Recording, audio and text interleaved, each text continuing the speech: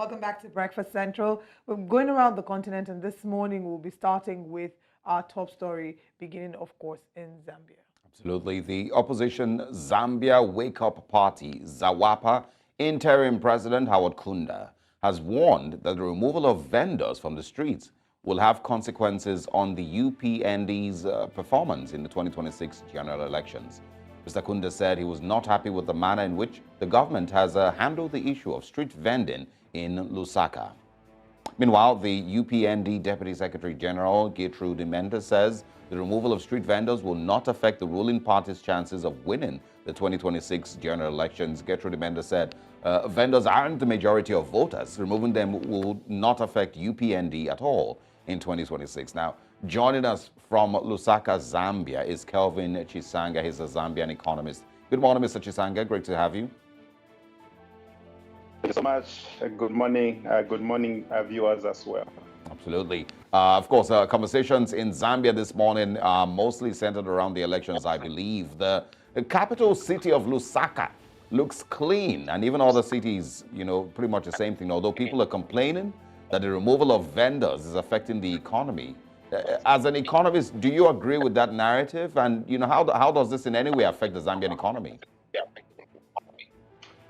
Well, it's a two-way of here. Obviously, one would say if you're looking at the poverty level or poverty that we are in most of these people, obviously people that are not employed, and that is their primary source of income. And that's why the acceleration of street vending are one of the biggest factor in this case, because poverty has become one of the primary source, which is actually now bringing the existence of street vending. Yes, if we are to look at a critical matter in that sense, we would say yes, it will affect the economic fundamentals, because obviously now we are building up equality, situation that we can see from this end. But again, also, if you look at the other side of the things, we'll be able to say, I think it's high time we need also to utilize resources that the public account has worked with, where we have seen that the government has been driving effort around infrastructure, market places, and few other buildings that they are putting in place. So I think it's high time we need to look at how best we can formalize also businesses in that sense.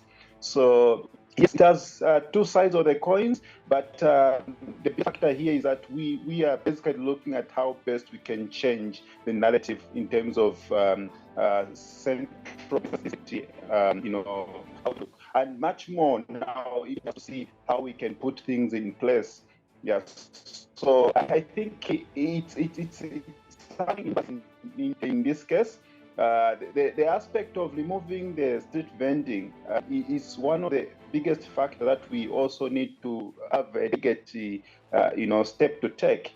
It should not be a radical political movement, a modality aspect that need to carefully look at. Obviously, it has a very huge political instability as well. It can also bring social disorder if we are not able to take it in a good way.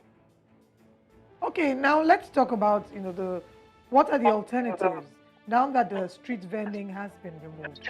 What are the alternatives for the businesses who otherwise made their sources of living from the streets, and how big of a problem is street vending in Zambia? This has been a big problem, as per se, in that we have a situation where there are businesses that are lying in most of these, central business district, of which they meet requirements of regulatory, also following the compliance aspect. But if you look at the vending aspect, as not being able to related in some way, and much of what we have seen that there are about 6,000 market spaces that need to be filled up, of which that has not been able to be done. And if also we are to look at the impact implications that we have actually been able to see, it's the aspect of waste disposal, where much of the public toilets toilets and few other sanitary, infrastructure are actually being hampered.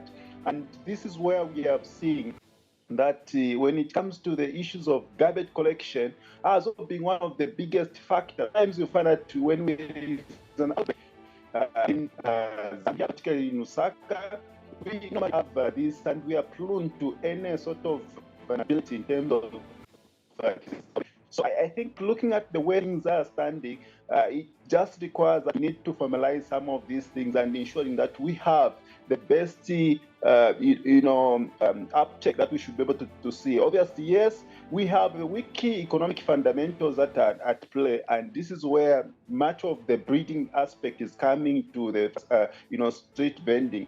But also, there's a need for us to look at how best can we also balance up the income inequality, which is actually one of the biggest fundamentals to street vending as well. So I think it calls for us to start looking at how we can introspect the way we need to change the narrative against this issue. And surprisingly, what really transpired was that the street vending were taken out of the street, without giving a most immediate measure that should be able to take for them. So this is trying to change the narrative as well. All right.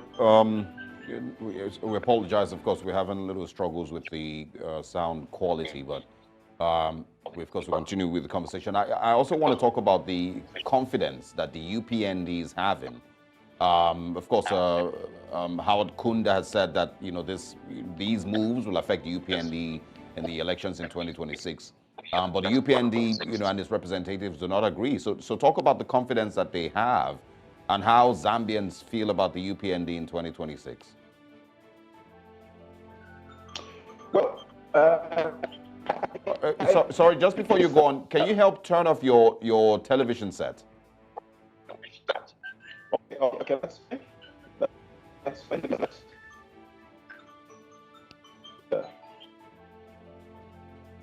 Is this okay? Yes, better. Go ahead, please. Yes. Okay. Yes. So what it is in this that the political scenario is directly linked to the masses on the ground, and this is where they believe the voters come from.